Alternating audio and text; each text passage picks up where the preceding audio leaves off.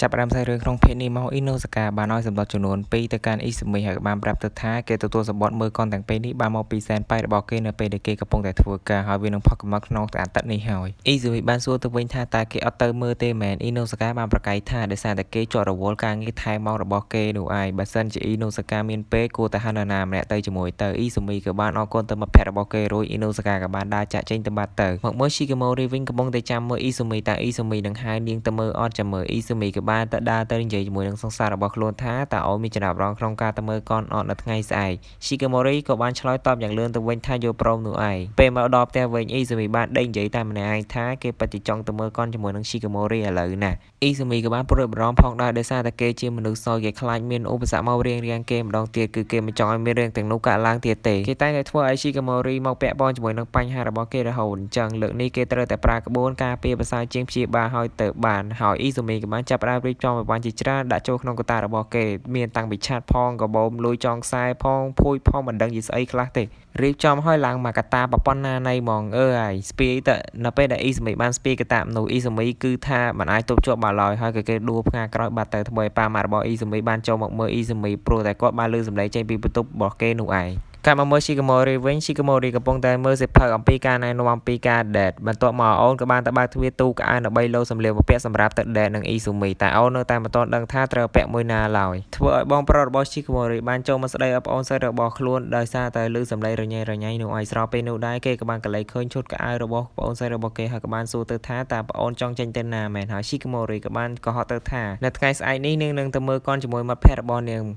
ប្រកាសថាមិត្តភក្តិហ្នឹងហើយមិត្តភក្តិគឺមិត្តភក្តិឯងបន្ទាប់ពីគេបានសួរដេញដោលប្អូនសិស្សរបស់គេរួចហើយគេក៏បានដើរចាក់ចេញទៅបាត់ទៅថ្ងៃស្អែកឡើងអ៊ីស៊ូមីបានធ្វើដំណើរបដារួចបាននិយាយថាលើកនេះគេនឹងមកឲ្យទាន់ពេលវេលាគេនឹងមិនឲ្យស៊ីកាម៉ូរីមករងចាំគេទៀតនោះទេប៉ុន្តែយើងឃើញថាអូនបានមកចាំមុនអ៊ីស៊ូមីទៅទៀតហើយអ៊ីស៊ូមីក៏បានចូលទៅរកអូនស៊ីកាម៉ូរីហើយគេពិតជាភ្ញាក់ផ្អើលជាខ្លាំងនឹងឈុតរបស់អូនស៊ីកាម៉ូរីនៅថ្ងៃនេះគឺវាពិតជាស្រស់ស្អាតខ្លាំងណាស់ឡើងធ្វើឲ្យអ៊ីស៊ូមីផ្លឹកដោយមិនបានចាប់អារម្មណ៍នឹងពាក្យសម្ដីដែលស៊ីកាម៉ូរីបាននិយាយដាក់គេឡើយអ៊ីស៊ូមីក៏បានសរសើរទៅកាន់អូនស៊ីកាម៉ូរីថាឈុតនេះគឺវាពិតជាស្រស់ស្អាតណាស់អូនក៏បានអរគុណទៅកាន់ទូប្រុសយើងផងដែរពេលដែលពួកគេទាំងពីរកំពុងតែជិះរថភ្លើងនោះអ៊ីស៊ូមីបានគិតថាវាជាពេលលើកដំបូងហើយដែលពួកគេបានមកមើលកនជាមួយគ្នាបែបនេះហើយអ៊ីស៊ូមីបានស្រមៃថានៅពេលដែលពួកគេបានមើលកននោះគម្រោងរបស់គេគឺគេចង់ថើបទៅកាន់ស៊ីកាម៉ូរីឲ្យបានប្រសិនបើរឿងនោះអាចកើតឡើងកំពុងតែគិតហើយអៀនតែម្នាក់ឯងនោះស៊ីកាម៉ូរីបានសួរទៅកាន់អ៊ីស៊ូមីថាហេតុអីបានជាមុខរបស់គេឡើងក្រហមចឹងតែគេឈឺមែនអ៊ីស៊ូមីបានប្រកែកថាអត់អីទេគេមិនមានអីនោះទេមកពេលគេសប្បាយចិត្តពេកនៅពេលដែលបានទៅមើលកនជាមួយអូនបែបនេះពេលដែលពួកគេបានធ្វើដំណើរមកដល់ហើយអ៊ីស៊ូមីឃើញថាគឺវាមានរឿងច្រើនមែនតើដែលគេមិនអាចរើសបានឡើយអ៊ីស៊ូមីបានគិតទៀតថាគេពិតជាចង់ដឹងណាអូនស៊ីកាម៉ូរីនឹងមើលរឿងមួយណាអ៊ីស៊ូមីបានគិតថាប្រហែលជាប្រភេទរឿងស្នេហាហើយមើលទៅគិតហើយអ៊ីស៊ូមីក៏បានសួរទៅថាតើអូនចង់មើលរឿងមួយណាស៊ីកាម៉ូរីក៏បានតបវិញថានាងមិនអីទេនាងអាចមើលបានទាំងអស់គេអាចយករឿងមួយណាដែលគេចូលចិត្តមើលបានអ៊ីស៊ូមីបាននិយាយឡើងថាអូនតែបែបនេះជានិច្ចតែងតែឲ្យគេសម្រេចចិត្តចំនួនរហូតអញ្ចឹងក្នុងថ្ងៃនេះគេត្រូវតែមើលរឿងណាដែលអូនចូលចិត្តព្រោះតែគេចង់ដឹងឲ្យបានច្រើនអំពីអូននោះឯងឥឡូវប្រាប់មករឿងមួយណាដែលអូនចង់មើលអាមួយនេះធ្វើឲ្យអ៊ីស៊ូមីកាំងយកតែម្ដងព្រោះតែរឿងដែលអូនចង់មើលនឹងគឺជារឿងរន្ធត់នោះឯងហើយអូនស៊ីកាម៉ូរីក៏បានបន្តទៀតថារឿងមួយនេះឥឡូវគឺពិតជាផ្ទុកការចាប់អារម្មណ៍យ៉ាងខ្លាំងនៅលើ social media ខ្លាំងមែនតើតែគេអាចមើលរឿងរន្ធត់បានដែរអត់អ៊ីស៊ូមីបានឆ្លើយថាមិនអីទេប្រហែលជាគេអាចតែអូនមើលរឿងហើយអត់ខ្លាចទេមែនអូនក៏តបវិញថាអូនក៏ខ្លាចដែរតែដោយសារតែអូនចង់ដឹងហើយមួយទៀតបានមើលជាមួយនឹងអ៊ីស៊ូមីទៀតអញ្ចឹងមើលទៅក៏វាមិនអីដែរអ៊ីស៊ូមីបានកាត់បន្តទៀតថាពីមុនគេក៏ធ្លាប់បានមើលរឿងរន្ធត់ផងដែរតែมันមានបញ្ហាអ្វីឡើយអញ្ចឹងគេគិតថារឿងក្នុងរោងកុននេះក៏ដូចគ្នាដែរហើយអ៊ីស៊ូមីក៏បានគិតទៀតហើយថានៅពេលដែលអូនស៊ីកាម៉ូរីខ្លាចនោះអូនប្រកាសជាមកអោបគេជាក់ជាមិនខានហើយដល់ពេលនោះគេនឹងធ្វើជា hero ជួយទៅកាន់អូនស៊ីកាម៉ូរីហមណាស់អញចាំមើលមុនពេលចាប់ផ្ដើមអ៊ីស៊ូមីបានប្រាប់ទៅអូនថាបើសិនជាអូនខ្លាចអូនអាចប្រាប់គេបានរឿងក៏បានចាប់ផ្ដើមចាក់ឡើងដោយសាររឿងបានបង្ហាញពីក្មេងប្រុសម្នាក់កំពុងតែអានសៀវភៅសិក្សានោះក៏មានប៉េប៉ោងមួយបានហោះកាត់ពីមុខរបស់គេហើយក្មេងប្រុសម្នាក់ហ្នឹងក៏បានរត់ដេញចាប់ប៉េប៉ោងនោះរហូតដល់ប៉េប៉ោងនឹងបាននាំមកអូនម្នាក់ហ្នឹងចូលក្នុងតង់មួយហើយយើងក៏បានឃើញទូអង្ក្លោម្នាក់ទៀតនោះក៏បានយកប៉េប៉ោងមួយហ្នឹងហុចទៅឲ្យអាកូនម្នាក់ហ្នឹងក្មេងប្រុសម្នាក់ហ្នឹងគឺពិតជាសប្បាយចិត្តខ្លាំងណាស់ប៉ុន្តែស្រាប់តែប៉េប៉ោងទាំងនោះហាក់ដូចជាមានផ្សែងខ្មៅអ្វីមួយចេញពីខាងក្នុងរួចបរិមម្នាក់នោះក៏បានចាប់ផ្ដើមសើចយ៉ាងគោខ្លាចទៅកាន់ក្មេងប្រុសម្នាក់នោះចំណែកអ៊ីស៊ូមីវិញពេលនេះគឺគេពិតជាពិបាកទ្រាំយ៉ាងខ្លាំងរោគនឹងចង់ក្អួតថែមទៀតដល់ពេលនោះអូនស៊ីកាម៉ូរីក៏បានដាក់ដៃពីលើដៃរបស់គេរួចក៏បានបង្ហាញទឹកមុខយ៉ាងគួរស្រឡាញ់ទៅកាន់អ៊ីស៊ូមីទោះបីជាអញ្ចឹងក៏ដោយនៅពេលដែលពួកគេបន្តមើលទៀតនោះអ៊ីស៊ូមីក៏នៅតែខ្លាចស្រែកឡើងផ្អើលមហាស្រមទីនោះអស់ហើយដោយសារតែទ្រាំពុំបាន បានទៀតស៊ីកាម៉ូរីនិងអ៊ីស៊ូមីក៏បានចេញមកក្រៅវិញស៊ីកាម៉ូរីក៏បានសំទោសទៅកាន់អ៊ីស៊ូមីដែលអូនបានជ្រើសរើសយករឿងរន្ធត់មកមើលនោះឯងតែអ៊ីស៊ូមីបែរជាអរគុណអូននេះស៊ីកាម៉ូរីទៅវិញបើសិនជាគ្មានអូននៅក្បែរទេនោះប្រហែលជាគេអាចនឹងខ្លាចជាងនឹងទៀតហើយគេក៏បានបបួលសង្សាររបស់ខ្លួនទៅរកទិញអ្វីញ៉ាំស៊ីកាម៉ូរីក៏បានយល់ព្រមផងដែរពេលមកដល់ទីនោះយើងឃើញថាគឺមាននំផែនខេកជាច្រើនដែលគួរចង់ញ៉ាំខ្លាំងណាស់ប៉ុន្តែឃើញតែស្អាតអញ្ចឹងតម្លៃក៏តាមនឹងដែរអ៊ីស៊ូមីបាននិយាយឡើងតែជឿជាក់ថាកុំភ័យរឿងនឹងទុកឲ្យគេជាអ្នកដោះស្រាយ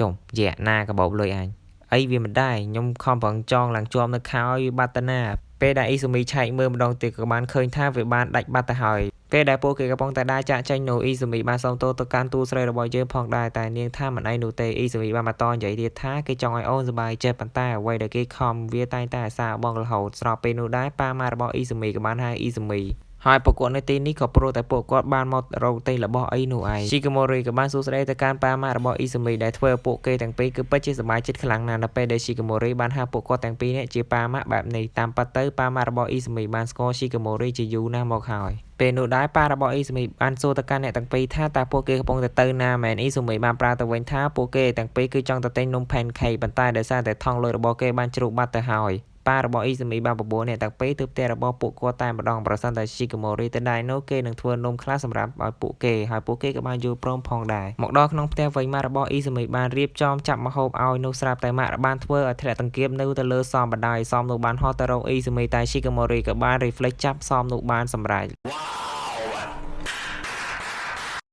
អ៊ីស៊ូមីក៏បានសុំទោសហើយក៏បានព្រួយបារម្ភទៅកាន់អូនផងដែរតែអូនថាមិនអីនោះឡើយឃើញអញ្ចឹងប៉ាម៉ារបស់ពួកគេក៏បានសប្បាយចិត្តផងដែរពេលដែលបានដាក់មួយម៉ាត់ចូលមាត់ហើយស៊ីកាម៉ូរីបានសរសើរថាម្ហូបនេះពិតជាឆ្ងាញ់ខ្លាំងណាស់អាចបើកលក់ហាងបានប៉ាម៉ារបស់អ៊ីស៊ូមីបានចាប់ម្ហូបឲ្យស៊ីកាម៉ូរីឡើងពេញចានតែម្ដងនៅពេលដែលពួកគេបានញ៉ាំរួចរាល់ហើយម៉ារបស់អ៊ីស៊ូមីក៏បានទៅយកបង្អែមអ៊ីស៊ូមីក៏បាននិយាយទៅកាន់ស៊ីកាម៉ូរីថាមើលទៅអូនដូចជា20អ្វីសោះចំពោះគេវិញគឺគេពិតជាភ័យខ្លាំងណាស់ស៊ីកាម៉ូរីបានតបវិញថាតើគេចង់និយាយពីអ្វីនាងឥឡូវកំពុងតែនៅផ្ទះរបស់អ៊ីស៊ូមីបែបនេះវាពិតជាធ្វើខ្លួនមិនបានឡើយស៊ីកាម៉ូរីក៏បានសុំម៉ាក់របស់អ៊ីស៊ូមីជួយលាងចានម៉ាក់របស់អ៊ីស៊ូមីបានប្រាប់វិញថាមិនអីទេទុកឲ្យម៉ាក់ជាអ្នកលាងចានវិញអូនគឺអាចទៅនិយាយលេងជាមួយនឹងអ៊ីស៊ូមីបានតែស៊ីកាម៉ូរីបានតបវិញថាពេលនេះអ៊ីស៊ូមីបានគេលក់បាត់ទៅហើយពេលដែលកំពុងលាងចាននោះម៉ាក់របស់អ៊ីស៊ូមីបាននិយាយទៅកាន់ស៊ីកាម៉ូរីថាម៉ាក់ពិតជាសរសើរហើយក៏អរគុណអូនផងដែរដែលតែងតែនៅក្បែរអ៊ីស៊ូមីតើម៉ាក់ចង់សុំរឿងអ្វីមួយពីអូនបានដែរឬទេកាលពីអ៊ីស៊ូមីរៀននៅបឋមសិក្សាអ៊ីស៊ូមីតែងតែមកដល់ផ្ទះវិញមានរបួសជារៀងរាល់ថ្ងៃដល់ហេតុបែបនេះហើយម៉ាក់ពិតជាបារម្ភនឹងរឿងនឹងខ្លាំងណាស់ម៉ាក់មិនចង់ឃើញស្នាមញញឹមរបស់កូនញញឹមចេញមកទាំងឈឺចាប់បែបនេះទេប៉ុន្តែពួកយើងបានរស់នៅជាមួយគ្នា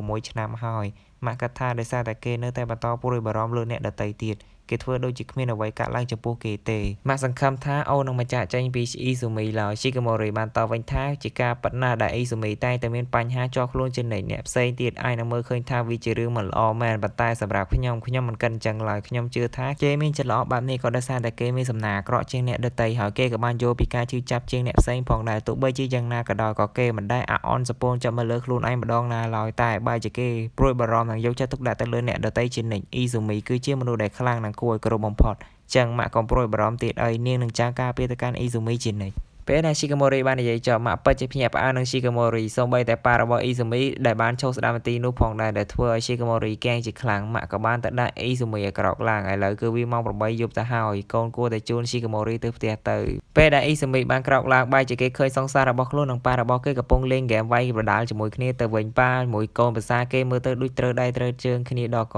ហើយមុនចាក់ចេញទៅស៊ីកាម៉ូរីបានអរគុណទៅប៉ាម៉ាក់ផងដែរដែលសម្រាប់អ្វីៗក្នុងថ្ងៃនេះម៉ាក់ក៏បានផ្ដាំទៅស៊ីកាម៉ូរីថាកូនគឺអាចត្រឡប់មកវិញពេលណាក៏បានដែរម៉ាក់និងប៉ាចាំស្វាគមន៍ជានិច្ចស្នល់ពេលនោះអ៊ីស៊ូមីក៏បានរៀបចំដើម្បីជូនអូនស៊ីកាម៉ូរីទៅផ្ទះផងដែរពេលដែលធ្វើដំណើរស៊ីកាម៉ូរីបានសុំទោសទៅសង្សាររបស់ខ្លួនចំពោះរឿងដែលគេបានដេញនោះឯងអូនបានសួរទៅវិញថាតែរឿងកុនប្រភេទអីដែលគេចូលចិត្តមើលហើយអូនក៏បានបបួលអ៊ីស៊ូមីទៅមើលកុនម្ដងទៀតនៅពេលក្រោយផងដែរ